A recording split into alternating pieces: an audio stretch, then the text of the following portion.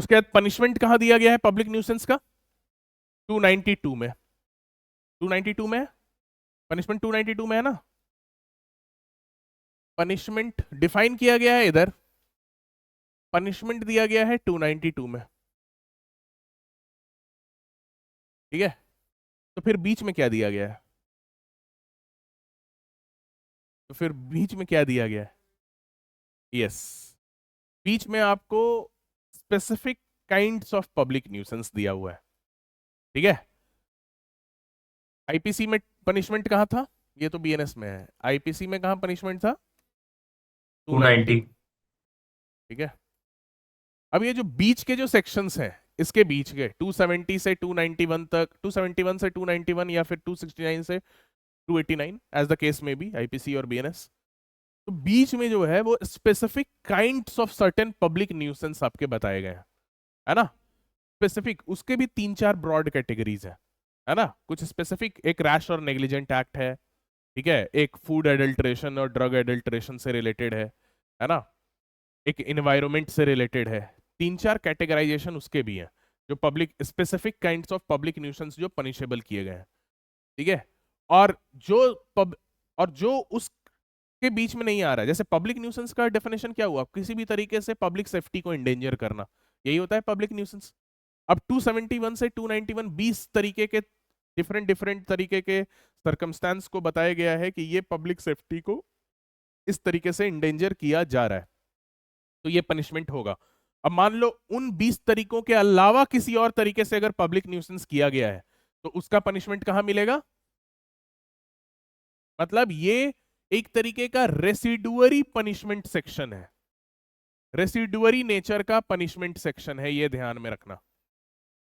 ये जो public nuisance का जो पनिशमेंट सेक्शन लास्ट में दिया हुआ है सेक्शन 292 बीएनएस में, ये पनिशमेंट सेक्शन रेसिडुअरी नेचर का है। मतलब वैसे पब्लिक न्यूसेंस जो कि 271 से 291 के बीच वाले कैटेगरी में नहीं फॉल किए, उसके लिए पनिशमेंट आपको यहां दिया गया है। Are you getting it? समझ रहे? ओके। और अगर उसके बाद भी न्यूसेंस अगर आप कंटिन्यूअसली कॉज कर रहे हैं, तो उसके लिए आपको पनिशमेंट 293 में दिया गया है, कंटिन्यूअस न्यूसेंस के लिए। तो चलो इस चैप्टर को का जो एक स्ट्रक्चर है वो आप आई थिंक समझ गए। ठीक है, अब इसको देखते हैं। तो ये ध्यान में रखना कि पब्लिक न्यूसेंस को डिफाइन किया गया है पहले, फिर उसके बाद specific kinds of public nuisance को सर्टेन पनिशमेंट उसके लिए प्रेस्क्राइब किया हुआ है, और फिर उसके बाद जो पब्लिक न्यूसेंस उन specific kinds of public nuisance में नहीं फॉल करेगा, उसके लिए एक रेसिडुअरी पनिशमेंट सेक्शन लास्ट में आपको बनाया हुआ है। ठीक है, राइट, ओके। पब्लिक न्यूसेंस पे भी कितनी बार शॉर्ट नोट्स आया हुआ है ना, जुडिशरी के एग्जाम्स में, एपीयू के भी प्रीवियस ईयर एग्जाम्स में। तो इसके बारे में ओवरऑल आइडिया रहेगा तो आप इजीली लिख सकते हैं। सारा सेक्शन लाइन बाय लाइन याद करने का जरूरत नहीं है। ठीक है, कुछ कैटेगरीज है उसको समझ लेना है। ठीक है, तो सबसे पहले तो चलो पब्लिक न्यूसेंस का हम लोग ये डेफिनेशन देखते हैं, उसके बाद specific kinds of public nuisance पे आते हैं।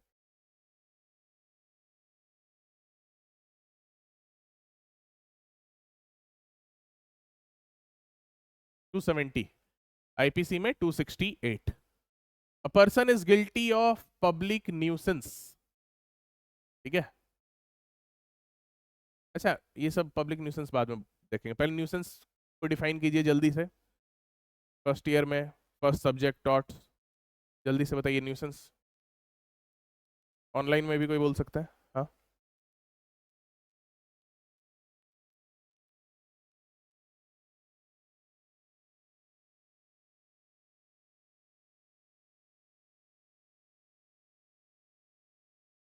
So any environment given by another. नहीं थोड़ा और बेटर आंसर कोई दो। हाँ तुम सही बोल रहे थे, बोलो। इंटरफेरेंस विद द यूज और एंजॉयमेंट, ओके, है ना। Any unlawful interference with the use और एंजॉयमेंट ऑफ एनी लैंड और एनी राइट ओवर इट, है ना। इसको आप न्यूसेंस कहते हैं। कि आप ऐसा नहीं कि न्यूसेंस और ट्रेसपास में डिफरेंस होता है, दोनों में इंटरफेरेंस होता है। ट्रेसपास में क्या होता है? इंटरफेरेंस डायरेक्ट होता है ना। न्यूसेंस में होता है इनडायरेक्ट, है ना। अपने ही प्रॉपर्टी में आप बहुत तेज म्यूजिक बजा रहे हैं, है ना, अपने प्रॉपर्टी में आप कुछ जला रहे हैं जिससे बहुत ही फोल स्मेल निकल के आ रहा है, बगल वाले को परेशान कर रहा है ना। तो न्यूसेंस क्या हुआ कि आप अपने प्रॉपर्टी में कुछ कर रहे हैं, उससे प्रॉब्लम किसी और को हो रहा है। ट्रेसपास क्या हुआ, जब आप डायरेक्टली इंटरफेयर कर गए किसी ऑब्जेक्ट के थ्रू या खुद, ठीक है। तो nuisance, unlawful interference with the right of enjoyment आप बोल सकते हैं, है ना। प्राइवेट, दो तरीके का न्यूसेंस होता है, एक होता है प्राइवेट न्यूसेंस, एक होता है पब्लिक न्यूसेंस, ठीक है। Public nuisance is a criminal offence, ठीक है, राइट। अगर पब्लिक न्यूसेंस के का अगर आपको केस करना है तो वहां पर भी क्या आप पब्लिक न्यूसेंस के केस में भी क्या आप सिविल सूट के थ्रू आप डैमेजेस क्लेम कर सकते हैं? एक इंपॉर्टेंट क्वेश्चन टॉट्स में पूछा भी जाता है, लॉ ऑफ टॉट्स में। पब्लिक न्यूसेंस के केस में कोई डैमेजेस भी क्लेम कर सकते हो, केवल कोर्ट क्रिमिनल केस के लिए जाओगे? अगर वहां पे स्पेशल डैमेज प्रूफ कर सकते हैं कि आपको उस पब्लिक न्यूसेंस से आपको कोई स्पेशल डैमेज हुआ है, ठीक है। आपको कोई अगर इस पे वो बाबूराम वाला केस है ना, बाबूलाल बाबूराम करके केस, पॉपुलर केस है, बहुत सारे केसेस हैं ऐसे कि कोई पब्लिक न्यूसेंस से अगर वहां पे किसी पर्टिकुलर पर्सन को अगर स्पेशल डैमेज हुआ है, ठीक है, तो वो वहां पे पब्लिक न्यूसेंस के केस में भी प्राइवेट न्यूसेंस का अपना जो है सिविल सूट करके डैमेजेस क्लेम कर सकता है। खैर चलो, ये सब टॉट्स में पढ़ना होता है। अब ये यहाँ पे आइए, ठीक है। न्यूसेंस का कॉन्सेप्ट आई होप क्लियर होगा सभी को, बेसिक न्यूसेंस क्या होता है, ठीक है। A person is guilty of public nuisance who does any act or is guilty of an illegal omission, act or omission which causes common injury, danger or annoyance to the public or to people in general who dwell or occupy property in the vicinity, जो उस locality में रहते हैं, ठीक है, और which must necessarily cause injury, obstruction, danger or annoyance to person who may have occasion to use any public right, but a common nuisance is not excused on the ground that it causes some convenience or advantage, ठीक है। यानी public nuisance क्या हुआ, public nuisance का simple सा मतलब है कि आपके किसी एक्ट या ओमिशन से किसी भी तरीके का कॉमन इंजरी, डेंजर या अनोयंस पब्लिक को हो रहा है, ठीक है, जो कि उस विसिनिटी में रहते हैं, उस लोकेलिटी में रहते हैं, या फिर जो आपके विसिनिटी में नहीं भी रहता है बट उधर का कोई वो पब्लिक वे या प्रॉपर्टी यूज अगर कोई करता है जिसका कोई पब्लिक राइट है, कि कोई आपके उस लोकेलिटी में नहीं भी रहता है लेकिन कोई पर्सन उधर का रोड यूज कर रहा है, अब आपके घर के बाहर कोई बहुत दूर का पर्सन जो है वो अपनी गाड़ी से आ रहा है, अब आपका जो है ट्री का ब्रांच उधर हाईवे पे हैंग किया हुआ है, वो उसी पे हैंग हो गया, है ना। तो पब्लिक न्यूसेंस के लिए इंपॉर्टेंट क्या है कि आप जो भी कॉमन इंजरी जो कॉज कर रहे हैं, ठीक है, या थ्रेट जो कॉज कर रहे हैं कॉमन इंजरी का, कॉमन इंजरी, डेंजर या अनोयंस, वो आपके विसिनिटी के लोगों के लिए भी हो सकता है या फिर बाहर के लोगों के लिए भी हो सकता है, अगर बाहर के लोगों को पब्लिक राइट वहां पे एक्सरसाइज करने का, अगर मतलब किसी पर्सन का अगर पब्लिक राइट है उधर, है ना।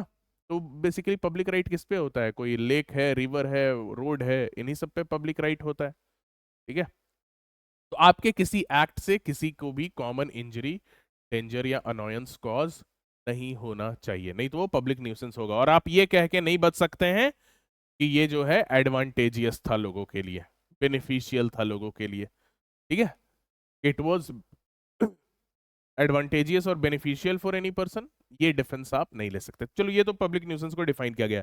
कोशिश करना पब्लिक न्यूसेंस का जो डेफिनेशन यहां दिया गया है उसको उसी टर्म पे याद करें, है ना।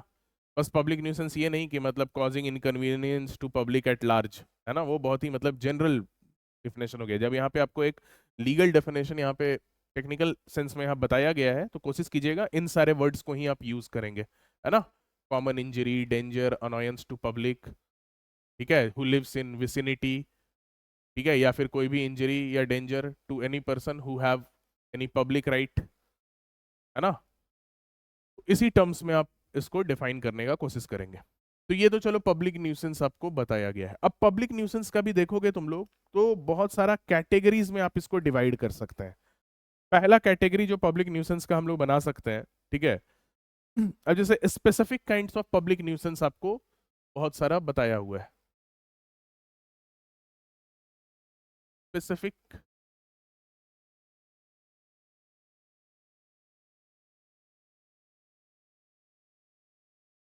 Kinds of public nuisance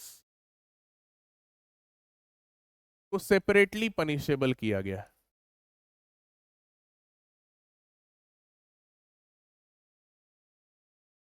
separately कैसे पनिशेबल किया गया? पहला आप कह सकते हैं offences relating to infectious diseases. Offences relating to infectious diseases,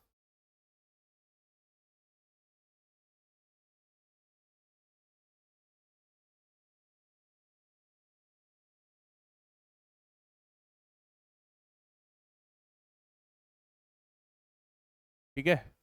offences relating to infectious diseases. दूसरा, adulteration of food and drugs. Adulteration of food and drugs,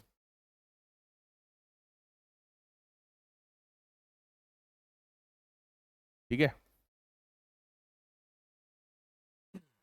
तीसरा, इन्वायरमेंटल ऑफेंसेस, है ना, ऑफेंसेस रिलेटिंग टू इन्वायरमेंट।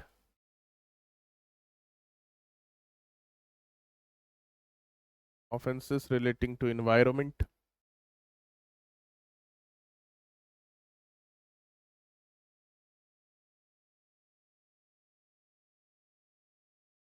फिर आपका सबसे ज्यादा तरीके का पब्लिक न्यूसेंस अलग अलग बताया गया है रैश और नेग्लिजेंट एक्ट के कॉन्टेक्स्ट में, है ना। नेक्स्ट आपका है रैश और नेग्लिजेंट एक्ट, ठीक है। रैश और नेग्लिजेंट एक्ट।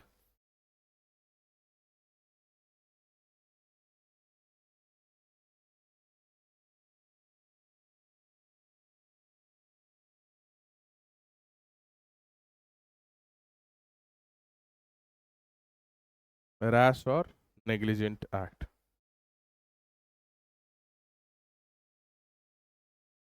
फिर आपका ऑफेंसेस अगेंस्ट नेविगेशनल सेफ्टी।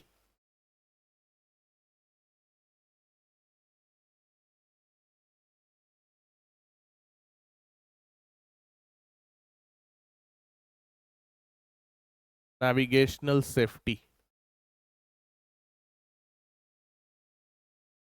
ठीक है।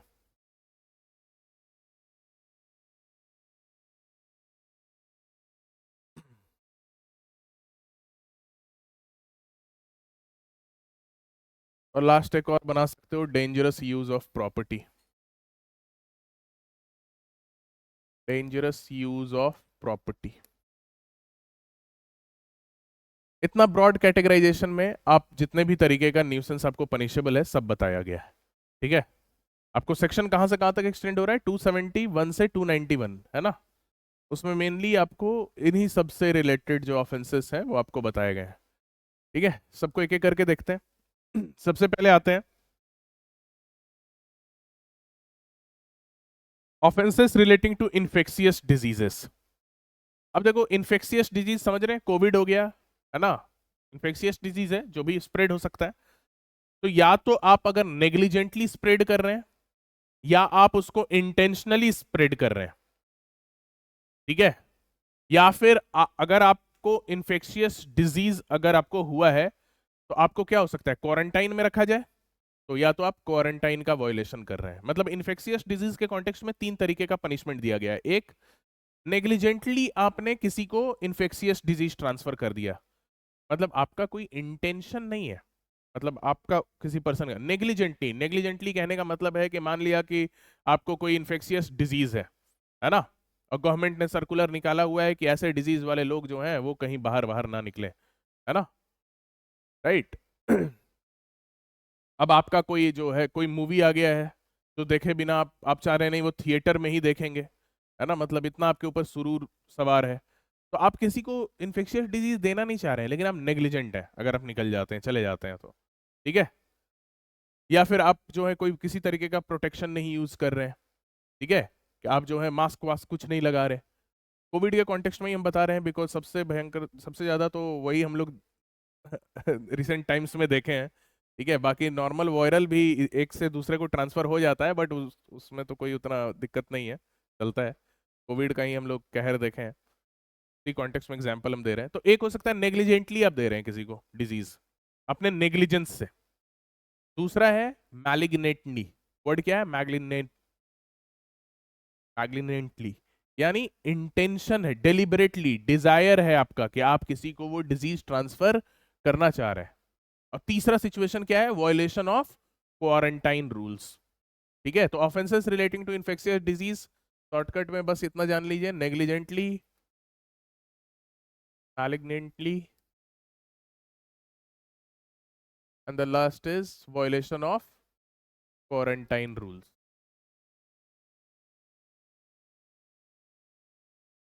क्वारंटाइन में रहने को बोला गया, बट आपने उन रूल्स को वायलेट किया है।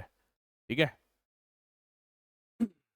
मैलिग्नेंटली का मतलब है कोई पर्सन जो है जानबूझ के किसी और के ऊपर स्पिट कर दिया, right? The person suffering from Covid, right? Negligently मतलब आप कोई भी क्राउड गैदरिंग में अटेंड कर लिए, है ना, कि मोदी जी की रैली निकली है, चले गए एकदम देखने के लिए, राइट? चलो ठीक है, पहला समझ गए, offences relating to infectious disease. 3 section है, कौन कौन सा सेक्शन है? सब लाइन से ही होगा, 171, 2 और 3। ठीक है, 171 नहीं, 271। इसका कॉरेस्पॉन्डिंग सेक्शन आप लोग आईपीसी में देख लीजिएगा। दूसरा क्या है? Adulteration of food and drugs. Adulteration of food and drugs, ठीक है। तो इसमें जो है फूड या ड्रिंक का एडल्ट्रेशन आपको पनिशेबल किया गया है। फिर अनफिट गुड को सेल करने का, एक तो है एडल्ट्रेशन के लिए पनिश किया गया है, फिर एक है अनफिट गुड को सेल करने के लिए पनिश किया गया है। मतलब एडल्ट्रेटेड गुड है ये आपको पता है, आप उसको सेल कर रहे हैं। फिर उसके बाद ड्रग्स के एडल्ट्रेशन के लिए सेपरेट सेक्शन में पनिशमेंट दिया गया है। Sale of adulterated drugs, drugs का पनिशमेंट अलग से दिया गया होगा, ठीक है। और ड्रग्स का मिस ब्रांडिंग करने के लिए अलग से पनिशमेंट दिया गया है। यही 5 सेक्शन है, एकदम शॉर्टकट में समझो। देखो जितना हम बोल रहे हैं ना उतना ही पढ़ो, इधर से ज्यादा नहीं पढ़ो। अब पढ़ जरूर लेना, थोड़ा एडवांटेज बाकी लोगों के ऊपर मिल जाएगा आपको, है ना। खास करके सेक्शन बेस्ड क्वेश्चंस जहां पूछे जाते हैं वहां पे इन सब सेक्शंस का महत्व बहुत ज्यादा हो जाता है। कॉन्सेप्ट बेस्ड तो इधर से कुछ पूछा नहीं जाएगा, लेकिन सेक्शन बेस्ड जो है ना रटने वाला, तो शॉर्टकट में याद रखना। फूड एंड कौन सा हेडिंग देख रहे हैं अभी हम लोग? फूड एंड ड्रग्स वाला ना, हाँ, adulteration of food and drugs. तो सबसे पहले सेक्शन 274 है, ठीक है। 274 बेयर एक्ट में देखिएगा, वो जो भी फूड का एडल्टरेशन कर रहा है। अब फूड का एडल्ट्रेशन, दूध में पानी मिलाना भी फूड का एडल्ट्रेशन ही हुआ, ठीक है। दूध में जो पानी मिलाया जाता है वो क्या हुआ? एडल्ट्रेशन ही हुआ, ठीक है, राइट। तो किसी भी तरीके का मिलावट अगर किया जा रहा है, एडल्टरेशन, तो जो मिलावट कर रहा है उसके लिए सजा 274 में है। जो मिलावटी प्रोडक्ट को बेच रहा है, सेल कर रहा है, उसके लिए सजा उसके बाद वाले सेक्शन में है, ठीक है। जो ड्रग्स का एडल्ट्रेशन कर रहा है, ठीक है, जो ड्रग्स हैं उसका एडल्ट्रेशन कर रहा है, ठीक है, कफ सिरप में कुछ और कंटेंट ऐड करके उसको अल्कोहल ही बना दे रहा है, मान के चलो। वैसे वो होता भी उसी नेचर का है, बट थोड़ा और ऐड कर दिए, है ना, ताकि वो तो इलीगल है, इधर ही से कुछ बिके, ठीक है। तो मान लिया आप किसी भी तरीके के ड्रग्स में एडल्टरेशन अगर करते हैं, उसके लिए पनिशमेंट जो है प्रोवाइडेड है। फिर उसके बाद वाले सेक्शन में अगर कोई सेल कर रहा है एडल्टरेटेड ड्रग्स को, उसके लिए पनिशमेंट है। और उसके बाद में मिस ब्रांडेड, जो मिस ब्रांडिंग किया जाता है ड्रग्स का, उसके लिए पनिशमेंट है। उसके अलावा और कुछ नहीं है ना, ठीक है। मिस ब्रांडिंग समझ रहे हो ना, कि पैरासीटामोल को एंटीबायोटिक बना के बेच रहे हैं, ठीक है कि उसको एंटीबायोटिक बना के आप बेच रहे हैं, ठीक है। आप कोई सीडेटिव को विटामिन का टैबलेट की तरह बेच रहे हैं, ठीक है। तो मतलब मिस ब्रांडिंग कर दिए उसके ऊपर बस। तो किसी तरीके का मिस ब्रांडिंग वगैरह वो सब पनिशेबल है आपको 278 में। एक बार 278 पढ़ लेना, तो और कुछ नहीं है ना उसमें।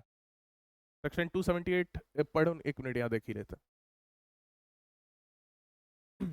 278,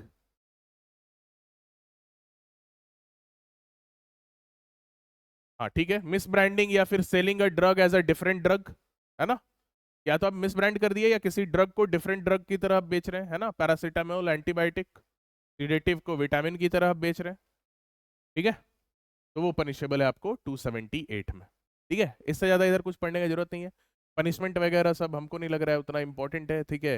एक बार ऐसे रैंडमली देख लेना, जहाँ पनिशमेंट इंपॉर्टेंट होगा वहाँ हम लोग देख लेंगे, ठीक है। अकॉर्डिंग टू मी इधर का पनिशमेंट सेक्शन कोई इंपॉर्टेंट नहीं है, ये सब बस ध्यान में रखना। कैटेगरीज अलग, इनफैक्ट पब्लिक न्यूसेंस पे अगर आंसर लिखने को भी आ जाए ना, तो आप ये सब कैटेगरीज में अगर डिवाइड कर देंगे ना, तो आंसर अच्छा फ्रेम हो जाएगा। नहीं तो रैंडमली लिखने जाएंगे ना, तो क्या लिखें क्या नहीं लिखें, कौन सा सेक्शन लिखें नहीं लिखें, प्रॉब्लम होने लगेगा। तो पहला कैटेगरी अभी हम लोग क्या देखें, इन्फेक्शियस डिजीज। दूसरा फूड एंड ड्रग्स एडल्ट्रेशन। तीसरा क्या देखना है हम लोग को, एनवायरमेंटल ऑफेंस, ठीक है। ऑफेंसेस रिलेटिंग टू एनवायरमेंट, ठीक है। वाटर को पॉल्यूट किए तो 279 में, एयर को पॉल्यूट किए तो 280 में पनिशमेंट दिया गया है, ठीक है। यही है ना, वाटर को पॉल्यूट करने के लिए, स्ट्रीम्स को, कोई लेक को आप पॉल्यूट कर रहे हैं तो उसके लिए पनिशमेंट 279 में है। एयर को पॉल्यूट कर रहे हैं वो 280 में है, पनिशेबल है, इससे ज्यादा कुछ नहीं।